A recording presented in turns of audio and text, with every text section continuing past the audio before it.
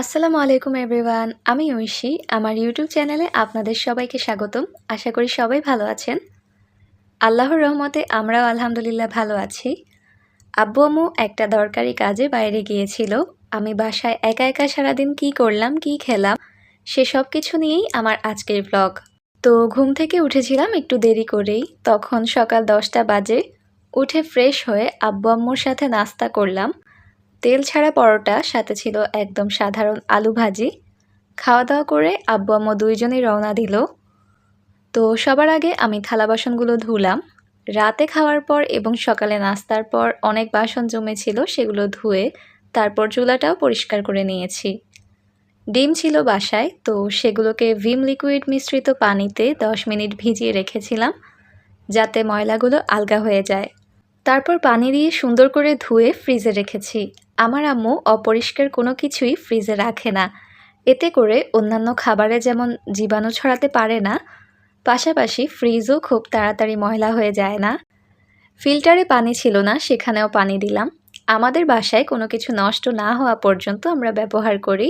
এখন সবার বাসায় ইলেকট্রনিক ফিল্টার আছে, সেখানে পানি দেওয়ার কোনো ঝামেলা নেই।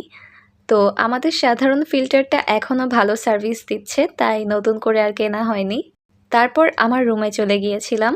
বিছানার চাদর পাল্টে অন্য একটা চাদর বিছালাম। একজন আপু আমার রুম ট্যুরের ভিডিও চাচ্ছেন। একে তো এটা আমাদের স্থায়ী বাসস্থান না, তার উপর আমার রুমে একটা বেড আর একটা ওয়ারড্রপ ছাড়া আর কিছুই নেই। বেলা অনেক হয়ে গিয়েছে, কিন্তু আমার কাজ এখনও বাকি। বিছানার যে চাদরটা উঠিয়েছি সেটা ধুয়ে বারান্দায় দিলাম। এই বাসায় ওঠার পর কাজের খালা এখনও ঠিক করা হয়নি। সব কাজ আমরাই করি। তো ঘর ঝাড়ু দিলাম, মুছলাম। বাসায় কেউ নেই, তাই ঘর মুছতে তেমন অসুবিধা হয়নি। তারপর আমি গোসল করে নিয়েছিলাম। গোসল করার পর আমার শরীরে আর কোনো শক্তি নেই। হাত পা ছেড়ে একদম সোজা হয়ে শুয়েছিলাম। এদিকে প্রচণ্ড ক্ষুধাও লেগেছিল। আব্বু আম্মুর আসতে দেরি হবে, তাই আমাকে বলেছিল আমি যেন খেয়ে নেই, তাদের জন্য যেন অপেক্ষা না করি। তো খেতে চলে গেলাম। আম্মু যাওয়ার আগে রান্নাবান্না কমপ্লিট করেই গিয়েছিল। ইলিশ পোলাও রান্না করেছিল সেদিন। আম্মুর রান্না তো আমার কাছে বেস্ট রান্না, তবে ইলিশ পোলাও এত আহামরি কিছু না। এর চেয়ে সাদা ভাত আর মাছ ভাজির স্বাদ আরও ভালো। বিকেল গড়িয়ে সন্ধ্যা হয়ে গেল। আমার রুমের জানালা দিয়ে আকাশের দিকে তাকিয়েছিলাম। পৃথিবীর একমাত্র জিনিস যেটার দিকে তাকিয়ে থাকতে আমার একদম বিরক্ত লাগে না। আমার বেডের পাশে একটা ছোট টি টেবিল রেখেছি। এই বই গাইডগুলো আমি বিক্রি করতে পারিনি এখনও। টাকার জন্য বিক্রি করছি না, আসলে এগুলো আমার আর লাগবে না। কেউ যদি পড়ে উপকৃত হয় সেটাতেই আমি খুশি।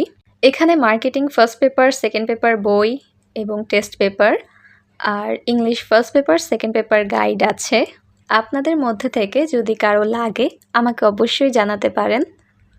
আজকে এখানেই বিদায় নিচ্ছি। আশা করি আমার আজকের ভ্লগ আপনাদের কাছে ভালো লেগেছে। ভালো লাগলে প্লিজ ভিডিওতে একটা লাইক দিবেন।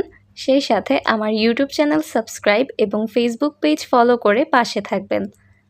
দেখা হবে নতুন কোনো ভ্লগে। ততক্ষণ পর্যন্ত সবাই ভালো থাকবেন, সুস্থ থাকবেন। আমার জন্য দোয়া করবেন। আল্লাহ হাফেজ।